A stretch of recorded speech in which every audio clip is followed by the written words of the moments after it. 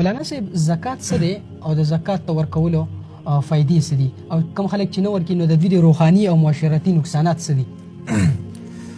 رحمان اتل صاحب تاسو پوښتنه وکړه چې زکات په اسلام کې څه شی دی، څه اهمیت لري.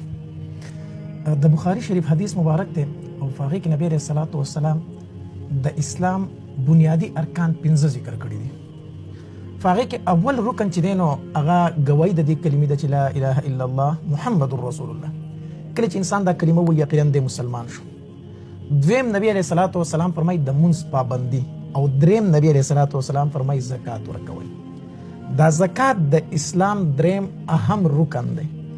کو چرته یو انسان د زکات نه انکار وکړي الله دې نه کړي او دا ووایي چې زکات په اسلام کې څه شی دی، زه نه منم ولې خپلې پیسې بل له ورکم، انکار ترې وکړي، نو علما لیکي چې دا انسان کافر شو، ځکه د اسلام یو اهم رکن نه انکار وکړو.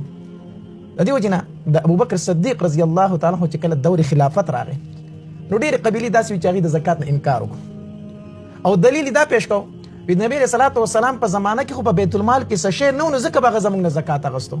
اوس خو بیت المال ډک ته وي ولې موږ پیسې ورکو، ولې زکات ورکو؟ عمر رضی الله ابوبکر رضی الله تعالی د جهاد اعلان وکړو، جهاد اعلان وکړو د منکرین زکات سره چې څوک د زکات نه انکار کوي نه مني زه به ورسره جهاد کوم. عمر رضی الله عنه فرمایل ای امیر المؤمنین ته د دوی سره څنګه جهاد کوي؟ هغوی کلمه وایي، هغوی مونځ کوي، هغوی روجې نیسي، نو ته سره جهاد څنګه کوي؟ ابوبکر رضی الله عنه فرمایل وی قسم په الله خو چېرته دوی زمانه په زکات کې د اوښ د خپې هغه پړی هم منع کو، په کم باندې چې دا اوښ کینې او د خپه ورلتړي دی پاسي نه، خو دوی زمانه په زکات کې دغه پړی منع کوي بیا به ورسره هم زه جهاد کوم، بیا به ورسره هم زه جهاد کوم. عمر رضی الله عنه فرمایي وی الله تبارک وتعالی د ابوبکر رضی الله تعالی سینه په دې خبره باندې کوله او کړی او موږ وروسته پوه شو. نو منکر د زکات چې دی انکار کوونکی د زکات دا کافر دی.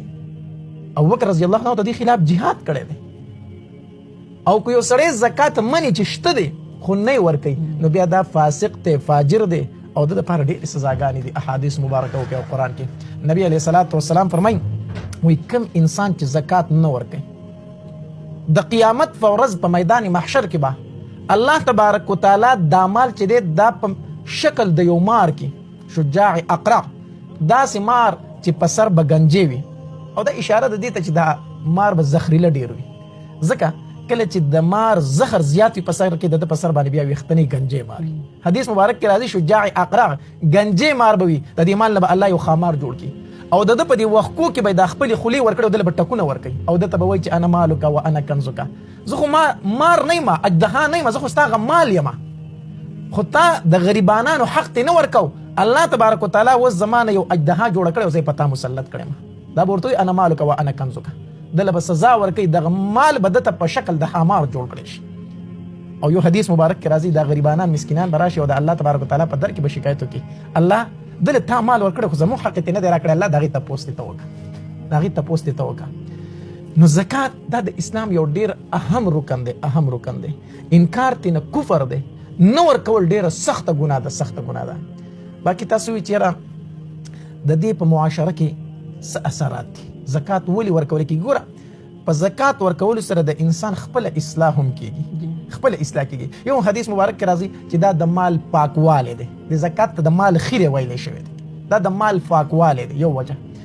دویمه وجه دا ده چې په دې سره الله تبارک وتعالی د انسان مال زیاتی، اگر چې په ظاهر کې خو مال کم شو موږ ته پیسې بل له ورکړې خو نه د الله په دربار کې دا زیات شو، په زکات ورکولو سره مال کمیږي نه، مال زیاتېږي، الله پکې نور برکات هم اچوي. او دریم د خپل ځان اصلاح داسې ده چې د انسان د زړه نه د ماله محبت ختم شي، په دې کې چې کم بخل دی کم حرص دی هغه د انسان نه ختمیږي، د مال د محبت ختمیږي.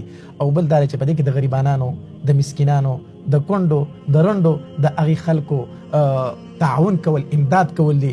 او الله تبارک وتعالی ته په عملونو کې خو عمل چې دی هغه د یو مسکین ګېډه مړول دی، هغه د یو غریب ګېډه مړول دی، هغه د یو یتیم په سر باندې لاس کېښودل دی.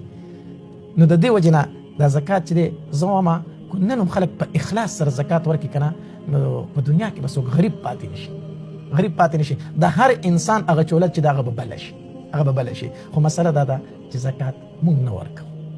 الله تبارک وتعالی دې په موږ کې د زکات ورکولو اماده پیدا کړي.